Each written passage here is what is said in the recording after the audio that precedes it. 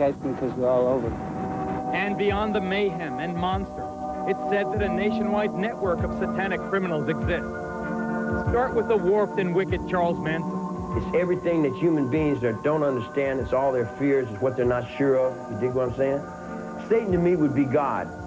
Or the demented son of Sam killer David Berkowitz. These and others purportedly linked to the devil worship underground. Hail Satan. Hail Satan. Hail Satan. It's all over the United States and probably all over the world because it's just something that people are experimenting with now. Impossible to measure, easy to doubt. The very mention of it invites ridicule. Come out. No, I won't let her go. No. Often the choice is to avoid confronting it, ignore it, find other explanations, or laugh it off. That is not the choice we have made tonight.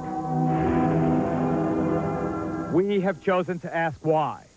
Via satellite, we'll be asking the youngest person on Oklahoma's death row, just 17 when he killed in the name of Satan, why he murdered his own parents. And to Southern California, where we will ask the parents of children in the notorious McMartin preschool why they claim their kids were satanically abused.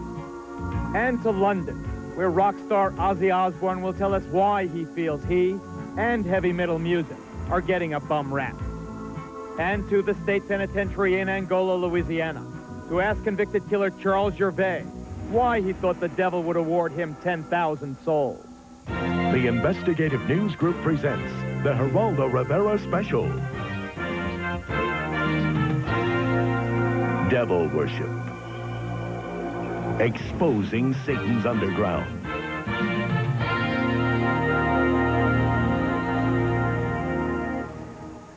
Whether a Satan exists is a matter of belief, but we are certain that Satanism exists.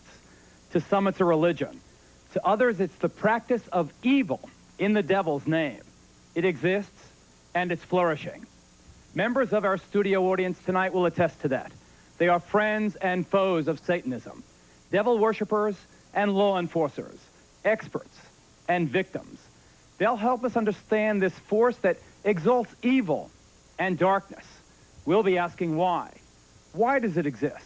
And why does it appeal to so many vulnerable people, especially the young? Now, the very young and the impressionable should definitely not be watching this program tonight. This is not a Halloween fable. This is a real-life horror story, and it will give small children bad dreams. As for teenagers and their parents, we hope you are watching, because it's teenagers who are most likely to fall under the spell of this jumble of dark, violent emotions called Satanism, and in some cases, to be driven into committing terrible deeds.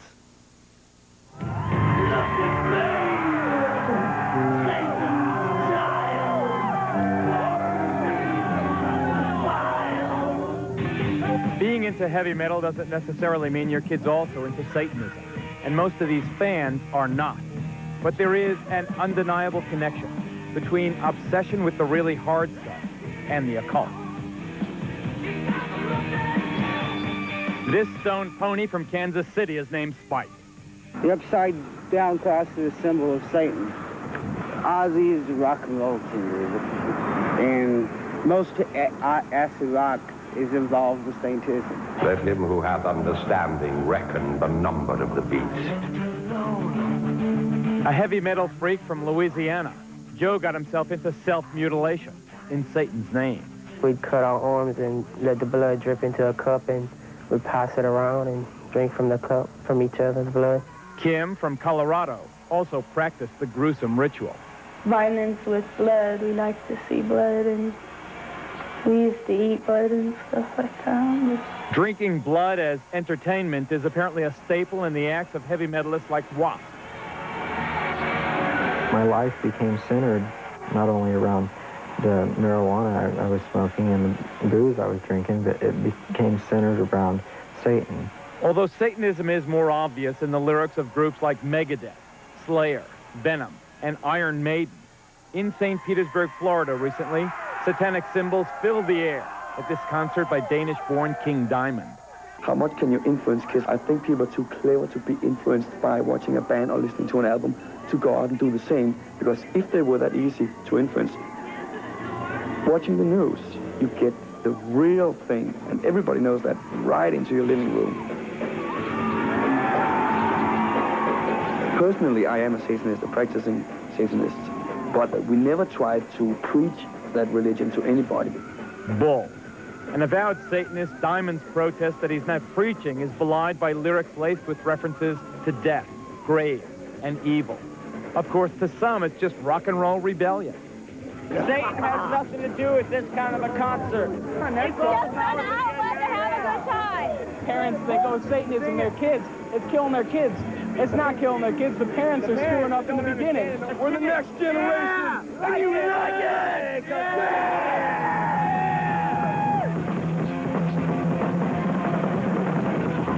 Whatever the connection, there is no doubt that teenage satanic activity in this country is increasing dramatically. In Bayou country in southwest Louisiana, one persistent problem has been grave robbing. So what do they take out of these tombs? They take out the bones, okay, especially on the older type grave sites as this, because our understanding is that the right little finger has something to do with that culture, and they make a necklace out of them and they wear them. A necklace out of the right knuckle? The right knuckle. And the graffiti is no longer John Loves Mary. Death chamber, the point of no return, this says. As you walk into the main vault, is the devil's pentagram, 666, the sign of the devil. Over here, a bloody skull and crossbones. In Maine, a dozen churches were defaced with satanic symbols. In California, New Jersey, Alabama, and elsewhere, police have found inverted crosses and the remains of mutilated animals. But by far the most frightening of all are the reports of teenagers killing other kids in Satan's name. Item, Douglas County, Georgia. I'm sorry for you, young lady, and I sentence you to a term of life in prison. I'm sorry for you, and I wish you good luck. Remove her from the courtroom, Mr. Sheriff. 17-year-old Melissa Ernest and two other teenage members of her coven admitted drinking her 15-year-old victim's blood, then dancing around her still warm body. Now listen to this report from a small town in Maine. Yesterday's conviction of Scott Waterhouse for the murder of 12-year-old Giselle Cody may finally bring an end to talk of a satanic cult in the town. Item, Long Island, New York. Police arrest 17-year-old Ricky Casso for the ritual murder of 15-year-old Gary Lowers. Casso gouged out his victim's eyes. As we've seen, the level of violence in these crimes committed in Satan's name is often appalling and savage, brutal enough to shock even hardened police officers. Detective Paul Hart thought he had seen everything. Then this veteran New Jersey officer saw how a suburban teenager murdered and mutilated his own mother. I believe that evil will once again rise and conquer the love of God. If this pact is to your approval, sign below. Just barely 14 years old, Tommy Sullivan had written this contract with the devil before he butchered his mother with his Boy Scout knife. The murder took place in the basement of the Sullivan family home. As we came down here, we found Mrs. Sullivan laying on the floor just about in this area here. Describe the condition of the body. It appeared that her throat had been cut and a good portion of her face had literally been slashed away. Tommy died as brutally as his mother did, but at his own hands. What did Tommy then manage to do to himself? What wounds did he inflict on himself to kill himself? His first self-inflicted wounds were a series of wounds to his wrists. 3, if I remember correctly, deep enough to actually sever the arteries and the tendons in his arm, enough to snap back his wrist. And after doing that, he literally slit his throat from ear to ear with this 3.5-inch knife from the windpipe all the way back to the spinal column, and to the point of almost taking his head off. Understandably unable to live with the gruesome memories in their family, Tommy's father and younger brother have moved out of state. Do you think you can ever find it in your heart to forgive your son? I don't know. I loved him dearly.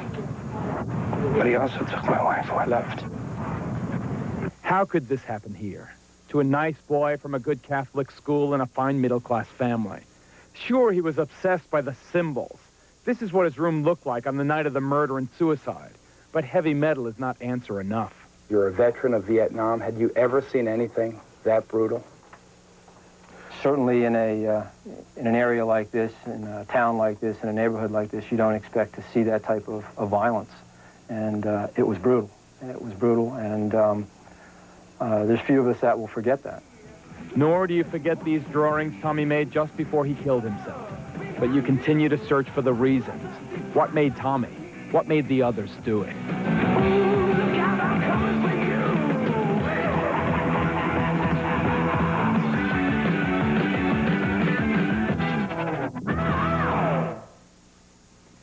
As reporters investigating this story for months, we have a good idea of what's going on in this country. Our big question tonight is why. This is Detective Sergeant Pearl Hart. Yes, stand up, Paul. He's the man, the cop who investigated the Tommy Sullivan tragedy. I've never heard of wounds that ferocious, and the pictures are even more appalling. Pictures that we did not show here.